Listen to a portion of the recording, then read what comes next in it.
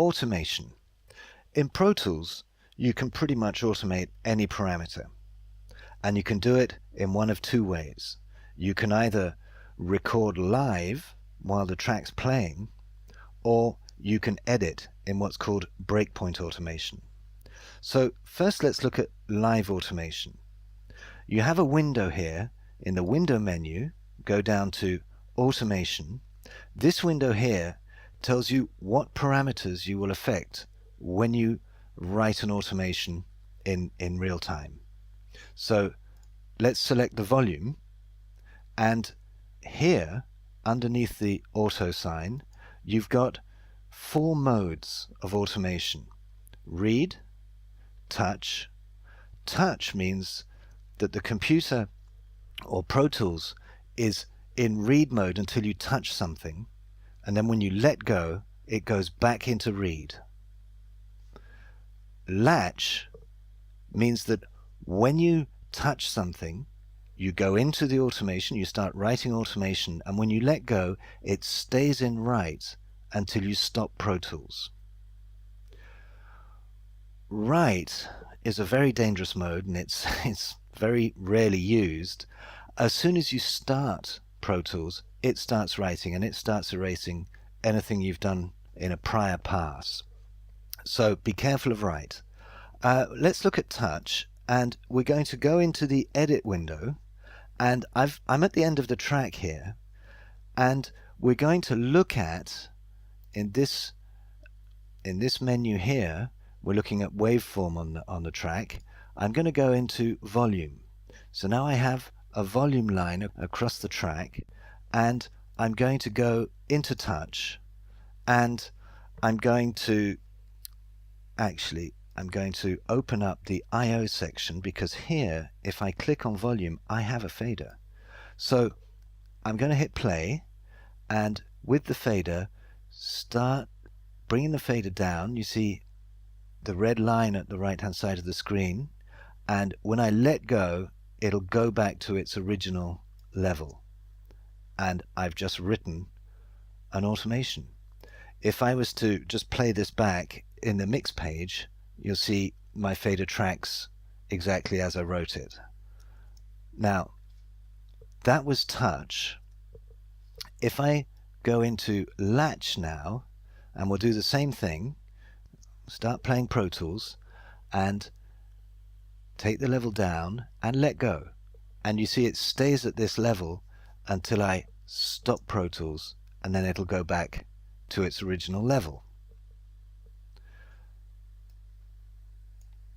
If I now go into write, it'll just start writing. You see here it'll just start writing as soon as we hit play, and it'll stay in write until I hit stop.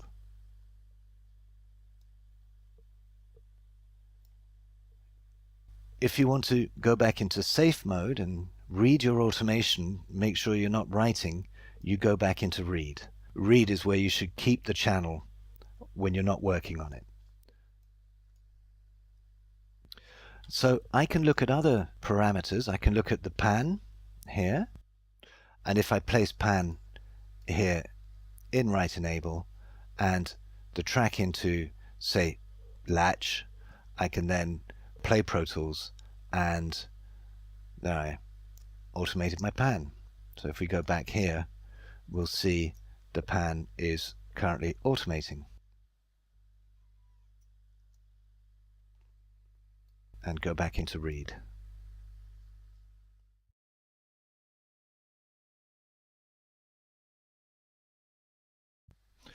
Breakpoint automation. Breakpoint automation is not affected by the automation window. Here on the left I'm going to go into volume and make a selection, and here if I use the smart tools, if I go to the top of the track, you'll see here we have this horizontal bar, and if you click on it you can take the level down and up, and if I just zoom in you'll see it's created 2 breakpoints.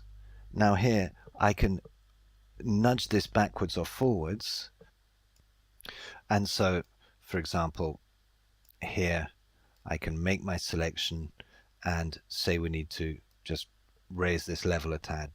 There we go. So you don't need to be in touch, latch or right.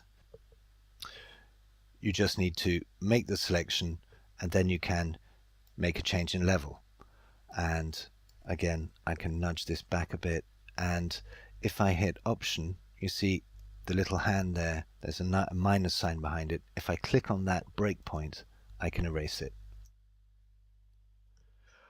Another thing that's quite interesting is if you make a selection, separate it, so now I have, this is a region in itself here, you can, I'll go into volume.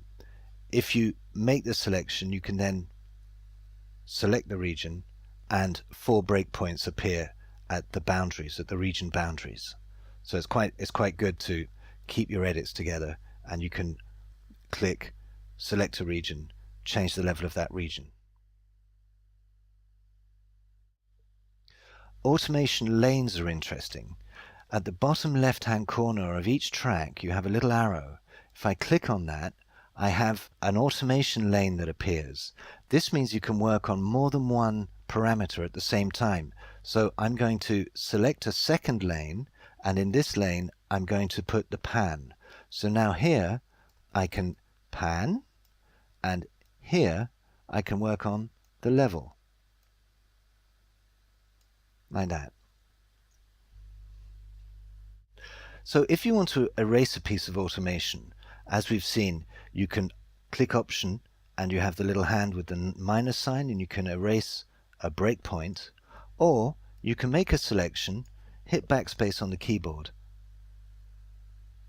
You also have the option of turning automation off here. Now, when automation is off, the automation will be ignored, it won't play back, but it won't be erased. So later you can come back and turn the automation back on again into read.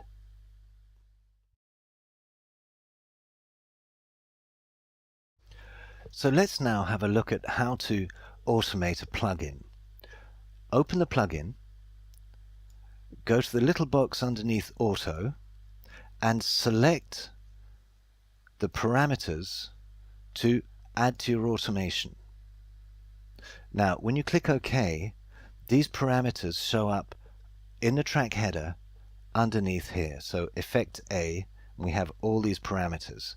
We're going to look at the low pass frequency, which is this button here, and I'm going to right enable the plugin. You now see that all these functions are red. If I take this off, they're green. Here they're in safe, and here they're armed. So, right, here's my start point. So I'm going to play Pro Tools. I'm going to go into Latch. I'm in Latch. I'm going to switch on the EQ, and then I'm going to bring this frequency down here. So, and then back up again, just so we can see. If I stop, go back into read, I can take this out of enable if I want, and now you'll see that that parameter is automated. If I want to see it here, I can just zoom in on that a little. Here we go. It's in this window in the track header. I go down and select the frequency.